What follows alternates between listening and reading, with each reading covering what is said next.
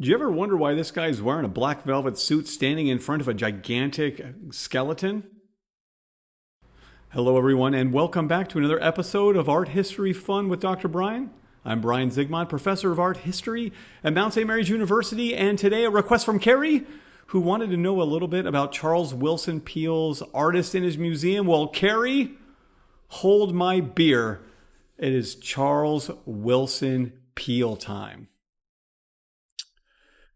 Now, if you ever worry that your resume looks a bit unfocused, please take comfort, my friends, in the life of Charles Willson Peale. Before settling into his reputation as one of the premier portrait painters of the early American Republic, Peale worked as a saddler, a watchmaker, a silversmith, and perhaps most delightfully, a dancing master, teaching people in colonial Maryland how to execute a proper minuet. Now, when the revolution arrived, Peale traded in his dancing slippers for a militia captain's boots.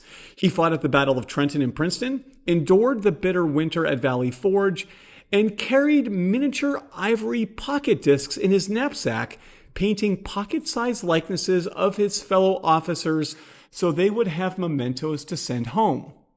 Along the way, he forged an enduring friendship with George Washington, who sat for Peale 7 times, good-naturedly tolerating the artist's chitter and chatter and occasionally stepping outside to play horseshoes between poses.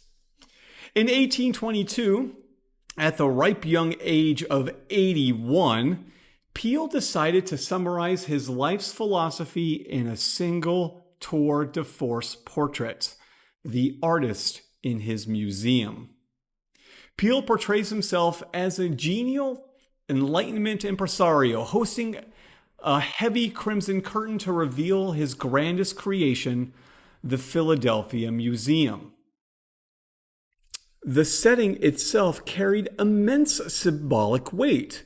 This was the long room on the upper floor of the Pennsylvania State House, now Independence Hall.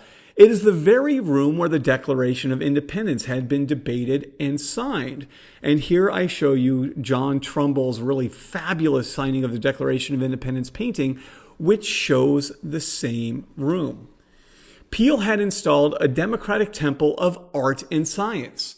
For 25 cents, any ordinary citizen could walk through the doors and receive an education that was once only reserved for European aristocrats.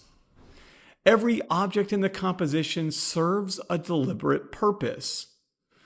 We can think about the tools of creation. At Peale's elbow rests his artist's palette and brushes, reminding us that art is the engine that documents and interprets this nature.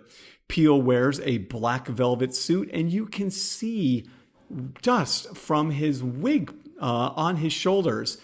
This was kind of an antiquated symbol by the time this painting was done, and it shows Peale belonging maybe to a different generation in time.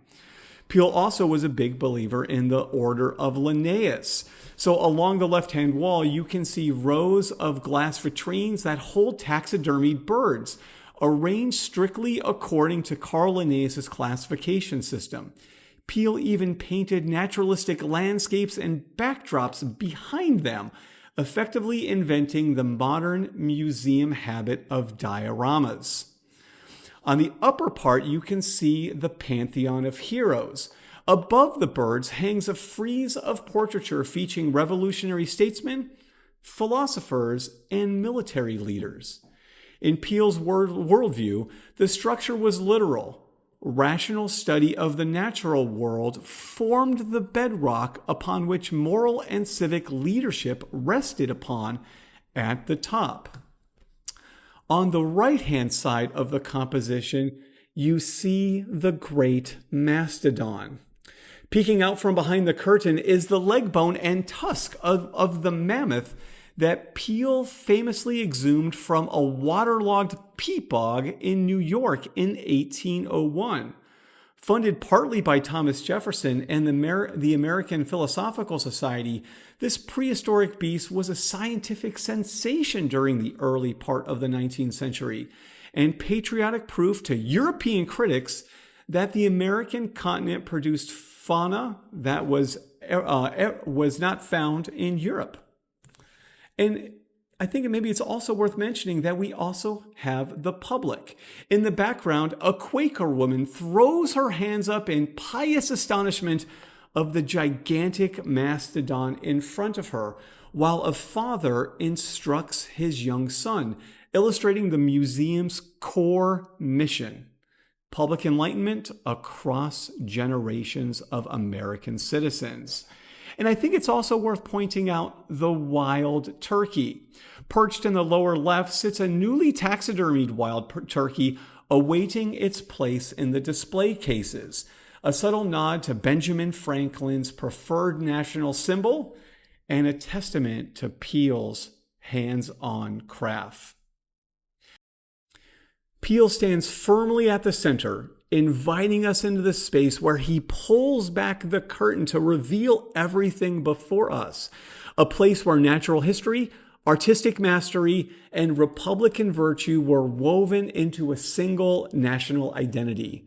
He wasn't just showing off his collection, he was presenting the blueprint for an enlightened American mind. Thanks for sticking around for 6 good minutes on Charles Willson Peale. I'll give you a fun fact as we exit stage left. Peale named many of his kids after famous artists or scientists, not like giving a kid high expectations coming out of the birth canal. How about this for some names? We have Raphael Peale, Rembrandt Peale, Angelica Kaufmann Peale, Titian Peale, Rubens Peale, Carl Linnaeus Peale, Benjamin Franklin Peale. Good job, Charles. Thanks for sticking around. We'll see you guys next time.